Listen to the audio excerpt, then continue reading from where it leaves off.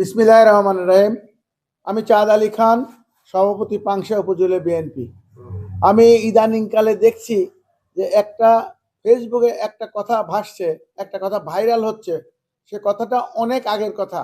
আমি কোনো একদিন হাবাসপুরে বক্তৃতা দিতে গিয়ে বলেছিলাম যে আমাদের যে ঐক্য রয়েছে, এই ঐক্য থাকলে, এবং আমি একটা কথা বলেছিলাম যে আমাদের সম্মানিত সাবু ভাই, উনি যদি আমাদের সাথে থাকেন বা আমাদের পথ নির্দেশক হন, হারুনের যদি আল্লাহ কামিয়াবি করে, তাহলে আমরা তার উন্নত চিকিৎসার জন্য এবং তার চিকিৎসার জন্য, তার চলাফেরার জন্য আমার দলের পক্ষ থেকে 50 লক্ষ টাকা তাকে ফিক্সড করে দিতে পারি, এবং সেটা নিয়ে সে চিকিৎসা হতে পারবে, সে চলতে ফিরতে পারবে।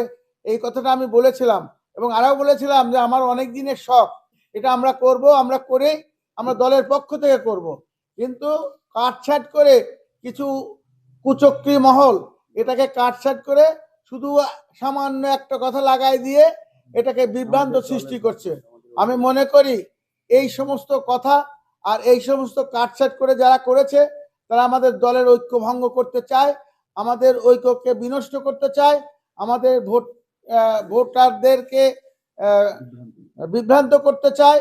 এবং আপনারা জানেন যে আমরা মনোনয়ন পাওয়ার পরে এই ধরনের কোনো কথাই আমরা বলি নাই, এবং মনোনয়ন পাওয়ার পরে আমরা সাবু ভাই এবং আমরা উভয় গ্রুপ একসঙ্গে কাঁধে কাঁধ মিলিয়ে কাজ করছি। এতে আমাদের কোনো প্রকার কোনো সন্দেহ নাই, আমরা কারো প্রতি কোনো বৈরীভাব নাই।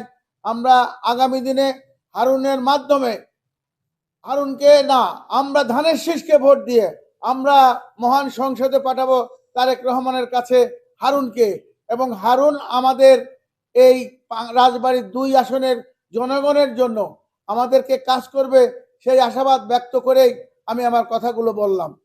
যারা এগুলো করছেন, আমি তাদের প্রতি আহ্বান রাখছি, আপনারা এইসব মিথ্যাচার এবং এই ধরনের গুজব আপনারা কখনোই ফেসবুকে পোস্ট করবেন না। আর যদি আপনার পোস্ট করার দরকার হয়, পুরো বক্তব্যটা দিলেই আমরা খুশি হই যে সেখানে আমাদের কি কথা বলা হয়েছে, কি কথা বলেছি। কিন্তু আপনারা কাটছাট করে যে করেছেন, আমি এর নিন্দা জ্ঞাপন করছি আপনাদেরকে।